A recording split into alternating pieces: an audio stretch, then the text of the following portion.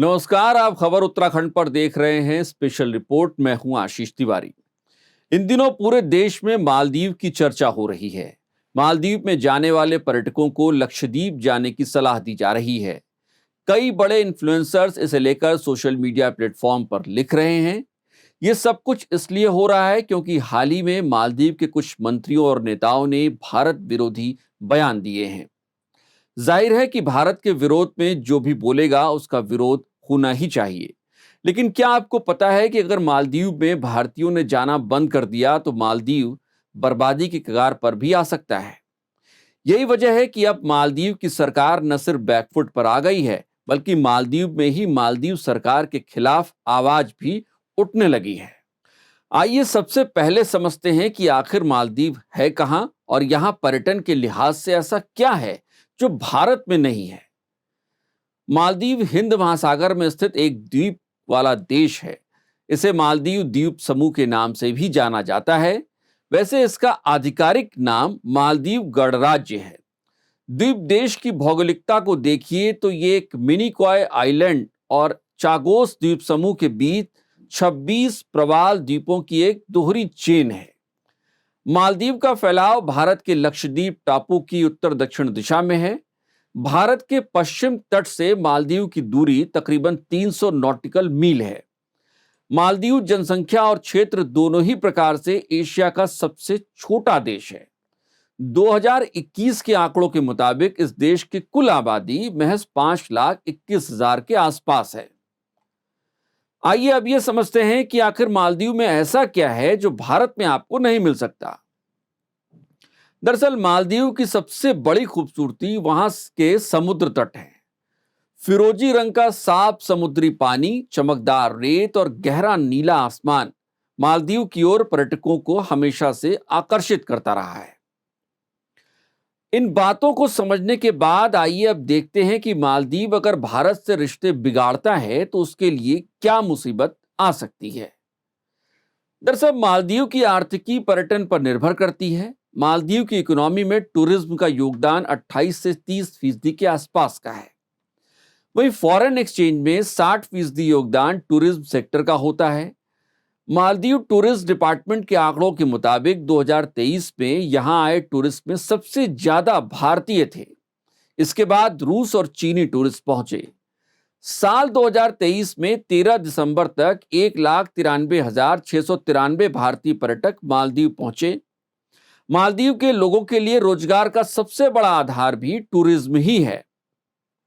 यहां रोजगार में टूरिज्म का योगदान 1/3 से ज्यादा है।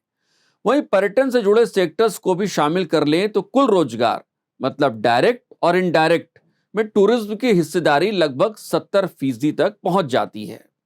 अब आप समझ ही सकते हैं कि अगर भारत के पर्यटकों ने मालदीव से रुख मोड़ लिया तो उसका क्या होगा। ताजा विवाद के बाद सोशल मीडिया पर बायकॉट मालदीव और चलो लक्षद्वीप ट्रेंड कर रहा है। हजारों भारतीयों ने मालदीव के लिए अपने फ्लाइट टिकट्स और होटल की बुकिंग्स कैंसिल करा दी है। अब आप समझ लीजिए कि भारतीयों ने मालदीव जाना छोड़ दिया तो इस देश की टूरिज्म इंडस्ट्री किस तरीके से तबाह हो जाएगी। वैसे ऐसा नहीं है कि मालदीव की आर्थिकी में भारत सिर्फ पर्यटन से ही सहायता करता है, बल्कि भारत ने मालदीव के कई इंफ्रा प्रोजेक्ट्स में भी पैसा लगा रखा है। मालदीव में भारत का अब तक का सबसे बड़ा project national college for policing and law enforcement है। यह प्रोजेक्ट 222.98 करोड़ रुपए का है। इसका उद्घाटन विदेश मंत्री डॉक्टर जयशंकर के दौरे के दौरान हुआ था। मालदीव भारत से खाने पीने के भी बहुत सारे सामान मंगाता है, मसलन चावल, फल, सब्जियां। इसके साथ ही दवाएं और इंडस्ट्रियल प्रोडक्ट्स भी मंगाता है। सिर्फ इतना ही नहीं, भारत ने मालदीव की कई अहम मौकों पर मदद भी की है। मसलन भारत ने 1988 में ऑपरेशन कैक्टस के तहत मालदीव में तख्ता पलट की कोशिशों को रोका। ये वो दौर था जब श्रीलंका के पीपल्स लिबरेशन संगठन और मालदीव के विद्रोहियों ने 80 सशस्त्र लोगों के साथ देश का तख्ता पलट करना चाहा। ये विद्रोही राजधानी माले पर पहुंचे और वहां पर कब्जा कर लिया। मालदीव के तत्कालीन राष्ट्रपति अब्दुल गयूम ने मदद की गुहार लगाई। पाकिस्तान, सिंगापुर और श्रीलंका से मदद मांगी गई, लेकिन सभी ने मदद देने से इनकार कर दिया।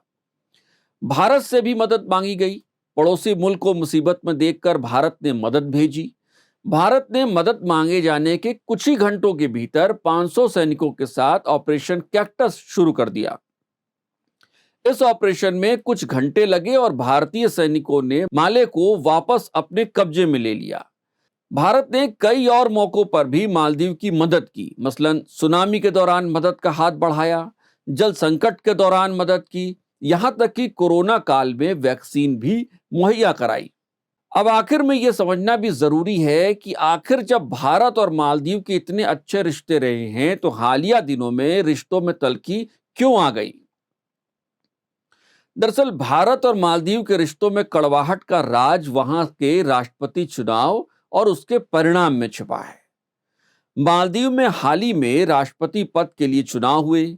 इस चुनाव में पीपुल्स नेशनल कांग्रेस के उम्मीदवार और माले के मेयर मोहम्मद मोइजू ने भारत समर्थक और निवर्तमान राष्ट्रपति इब्राहिम मोहम्मद सोलेह को हरा दिया और मालदीव के निर्वाचित राष्ट्रपति बन गए। इसी के बाद से भारत और मालदीव के रिश्तों में कड़वाहट आनी शुरू हो गई। मोहम्मद मोइजू चीन समर्थक माने जाते हैं और यही वजह है कि वो भारत के खिलाफ जहर उगलते रहते हैं। मोइजू ने चुनाव से पहले इंडिया आउट नाम का एक कैंपेन भी चलाया था। हालांकि अब मोइजू और उनकी सरकार को समझ में आने लगा है कि भारत से बैर का खामियाजा उन्हें देश की अर्थव्यवस्था को चौपट हो जाने तक भुगतना पड़ सकता है। यही वजह है कि जब उनके ही मंत्रियों ने भारत के खिलाफ विवादित बयान दिए तो मंत्रियों को ही सस्पेंड करना पड़ गया। आपको ये रिपोर्ट कैसी लगी हमें कमेंट करके बताइएगा। अगर आप हमें फेसबुक पर देख रहे हैं तो हमारे पेज को फॉलो करें और आप अगर हमें यूट्यूब पर देख रहे हैं तो चैनल को सब्सक्राइब करें और बेल आइकन जरूर दबाएं। नमस्कार।